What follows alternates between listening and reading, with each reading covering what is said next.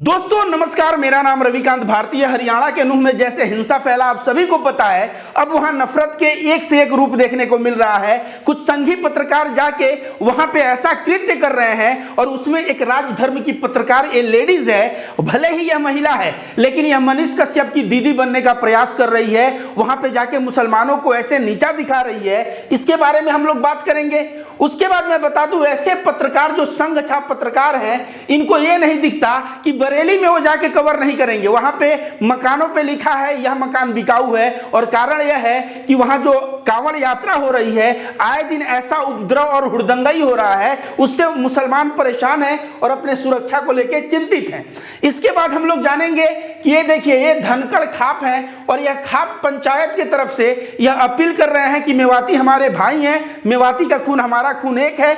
इस तरह से जो है हिंदू मुस्लिम का झगड़े में न पड़ा जाए, इस तरह का सलाह देते हुए यह नजर आ रहे हैं। देखिए यहाँ पे जो है सिख समुदाय के लोग हैं, और सिख समुदाय के लोग और वहां के किसान जो है ना, एक किसान का देखिए 9 अगस्त को हिसार के बांस गांव में होने वाले किसान सम्मेलन में खेती किसानी के मुद्दे के साथ मेवात हिंसा पर भी बड़ा फैसला लेंगे किसान संगठन। तो कहीं ना कहीं खाप पंचायत के साथ साथ राकेश टिकैत भी दिखे, और अभी देखने को मिल रहा है कि किसान भी कूद आए हैं वहां हिंदू मुस्लिम एकता के लिए। और यहां देखिए जो संयुक्त किसान मोर्चा है, राकेश टिकैत बैठे हुए हैं, और राकेश टिकैत भी पूरी तरह से वहां हिंदू मुस्लिम एकता के साथ खड़े हैं। वह जो भी उपद्रवी है, जैसे मोनू मानेसर, और जो उनकी गिरफ्तारी के लिए यह भी बातें करते हुए नजर आ रहे हैं।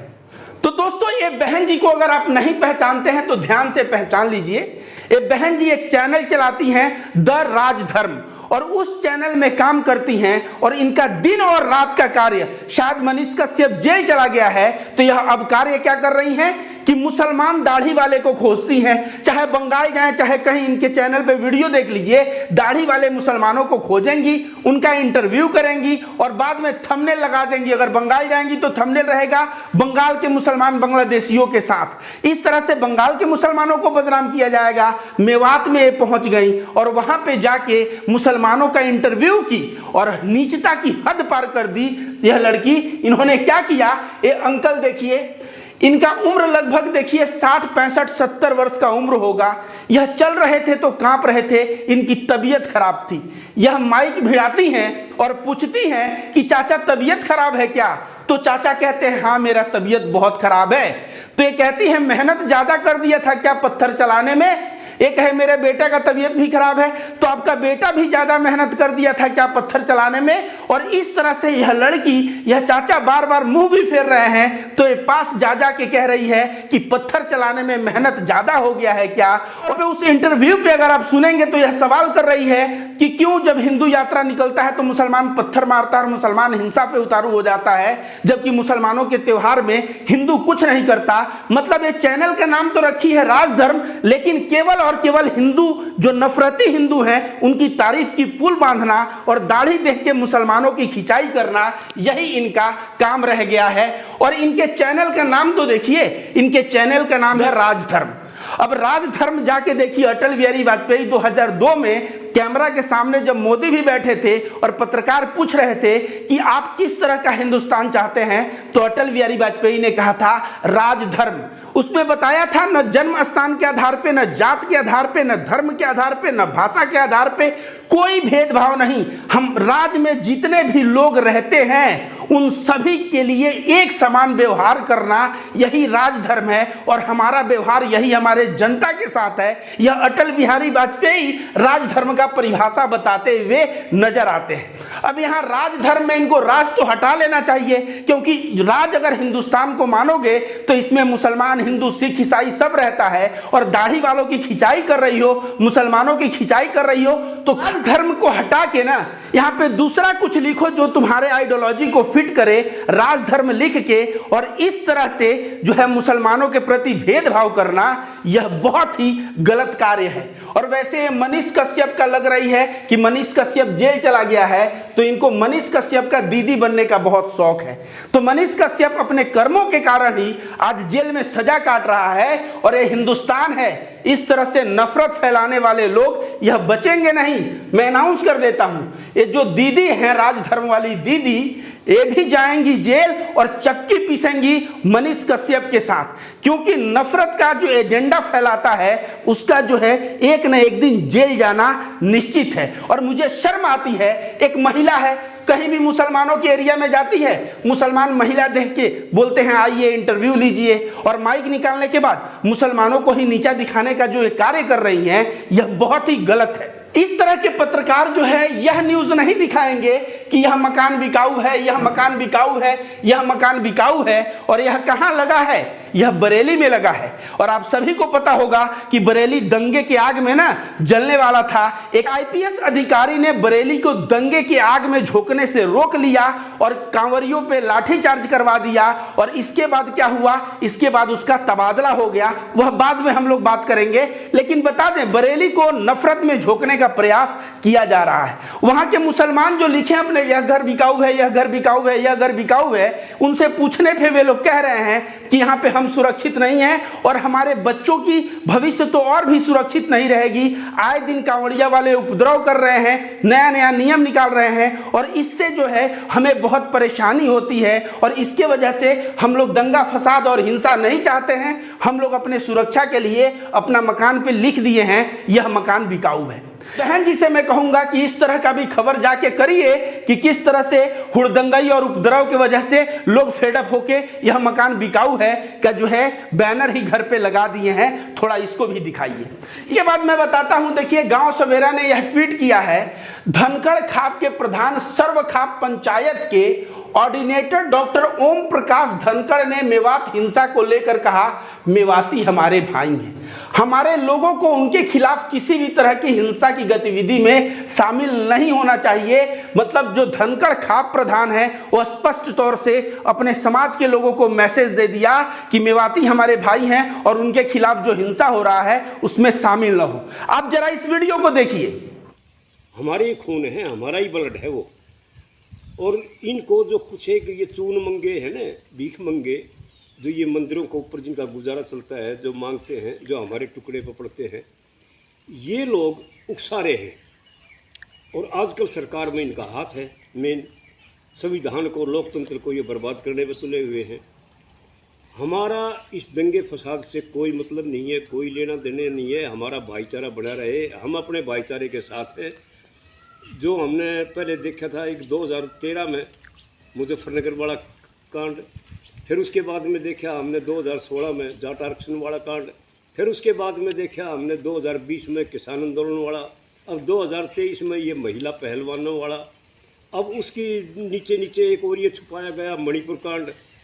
तो सब कुछ आग में झोंकना, तो यही हालत जो है ना उसको दबाने के लिए एक ये और कांड चला दिया। अब इसमें मेवात का आपस में दंगे फसाद करवा दिए उनके। ये एक बहुत गहरी साजिश है और हमने वोट की भूख है, वोट की राजनीति है, अगले चुनाव आने वाले हैं। तो मेरी सभी से ये प्रार्थना है और मेवाती भाइयों से भी, वहाँ की खाप चौधरी पाल भी और ये सारी जितनी पाल है वहाँ की, कि आप अपनी भी पंचायत इकट्ठी करके सब भाईचारा ही भाईचारे को बनाए रखें। और भारत के संविधान और इस भारत के लोकतंत्र की रक्षा हमारी और आपकी है। चून मंगे भूख मंगे ये तो ऐसा ही काम करेंगे, ऐसे ही लगे रहेंगे। इनका तो धंधा है। इन्होंने तो ये है कि भाई किस तरह 7 जन्म तक हमारी सरकार बनी रहे, इससे आगे इन लोगों ने कोई मतलब नहीं है। आप शांति बनाए रखें और किसी किस्म के किसी के बहकावे में किसी के चक्कर में ना आए, मेरी तो इतनी प्रार्थना है। आपने वीडियो देखा, इस वीडियो में यह क्या कहते हुए नजर आ रहे हैं? मेवाती हमारे भाई हैं, हमारा खून उनका खून एक है। और इस तरह की हिंदू मुस्लिम एकता की बात करते हुए और जो है खाप के जो लोग हैं उनको आगाह कर रहे हैं कि कहीं भी मुसलमानों के खिलाफ जो हिंसा हो उसमें तुम लोग भाग मत लो। इसके अलावा देखिए यह सिख समुदाय के लोग भी आ गए हैं। अब देखिए 9 अगस्त को हिसार के बास गांव में होने वाले किसान सम्मेलन में खेती किसानी के मुद्दे के साथ मेवात हिंसा पर भी बड़ा फैसला लेंगे किसान। तो अब कहीं ना कहीं मेवात के लोगों के साथ सिख समुदाय और किसान संगठन यह सब जो है खड़े हो चुके हैं। आप जरा इस वीडियो को देखिए। किसान साथियों, जैसा कि आपको पता है कि 9 तारीख को बास अनाज मंडी के अंदर एक किसानों की कन्वेंशन होने जा रही, जिसमें किसानों के मुद्दे उभारे जाएंगे।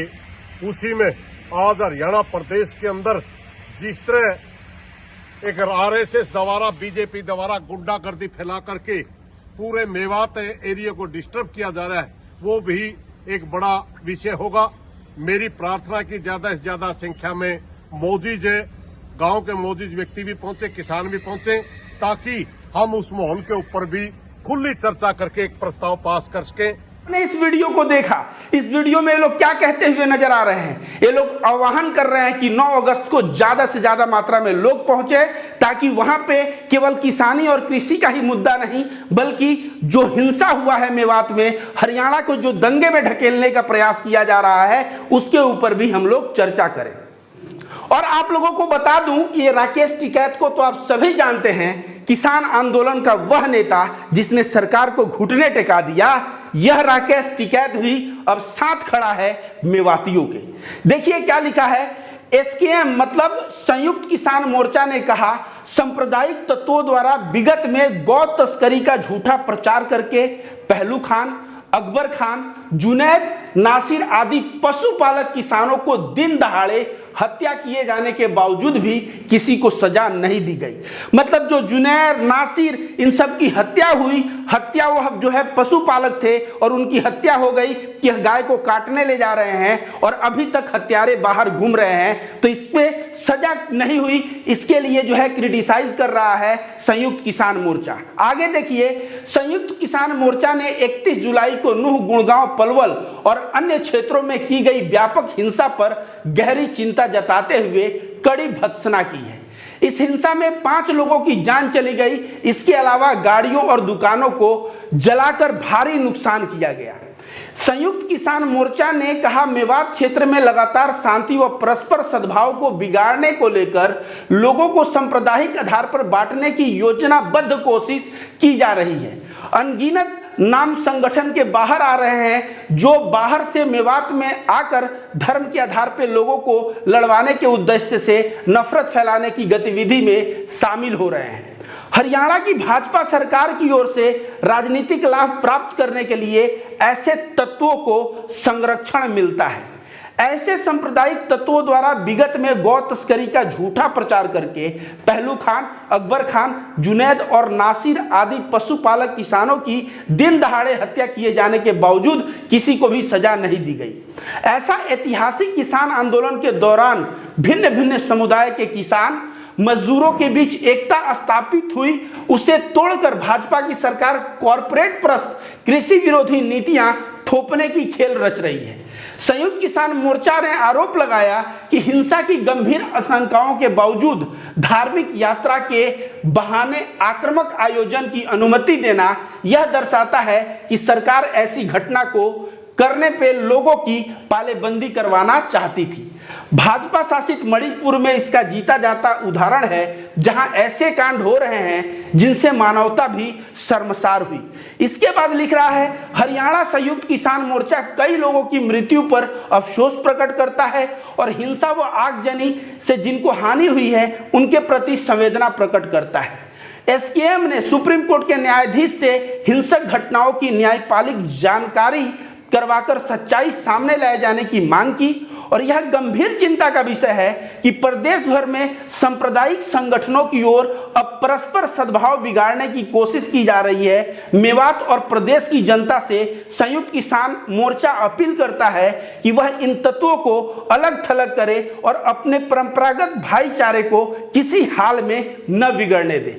तो पहला आपने सुना, इसमें क्या लिखा हुआ है, नासिर, जुनैद, अकबर खान, पहलू खान की जो हत्या हुई बीफ के नाम पे, ये लोग पशुपालक थे और इनके हत्यारे अभी तक बाहर घूम रहे हैं। पहला बात ये कहा गया है कि हरियाणा सरकार और जानबूझ के चुनाव है, इसके वजह से जो है संरक्षण दिया जा रहा है उन लोगों को जो हिंसा भड़काने का कार्य कर रहे हैं। और ही नहीं, संयुक्त किसान मोर्चा अपना एग्रेशन दिखाते हुए वह सुप्रीम कोर्ट को कह रहा है कि इस मामले में संज्ञान लेके जांच करें और जो भी पाए जाएं दोषी उनको कड़ी से कड़ी सजा दे। तो संयुक्त किसान मोर्चा राकेश टिकैत जिसके हेड हैं वे भी जो है अब मेवातियों के साथ खड़ा दिख रहा है। इससे स्पष्ट समझ में आता है कि हरियाणा में अब नफरत का कोई जगह नहीं है। हरियाणा के लोगों को भले ही समझने में 5 वर्ष 10 वर्ष का टाइम लग गया, लेकिन अब उनको अच्छा से समझ में आ गया है कि किस तरह से सरकार कभी कृषि का ऐसा कानून लाती है जिससे किसान के पेट पे लात पड़ने वाला होता है और वह किसान आंदोलन करते हैं, उनको भी खालिस्तानी कहा जाता है। आज वही फॉर्मूला हिंदू मुस्लिम किया जा रहा है। अब यह सारी बातें हरियाणा के लोगों को समझ में आ गई है और इसके वजह से हरियाणा के चाहे संयुक्त किसान मोर्चा हो, चाहे खाप पंचायत हो, हर एक जगह से हरियाणा के लोग जो साथ खड़े दिख रहे हैं मेवातियों के और ऐसे हिंसा को अवॉइड करने को कह रहे हैं और अपने समाज और अपने लोगों को कह रहे हैं कि इस तरह से हिंदू मुस्लिम के झगड़े में न पड़े। जो बहुत दिन से, सदियों से जो भाईचारा आ रही है उस भाईचारा को बर्बाद होने न दें।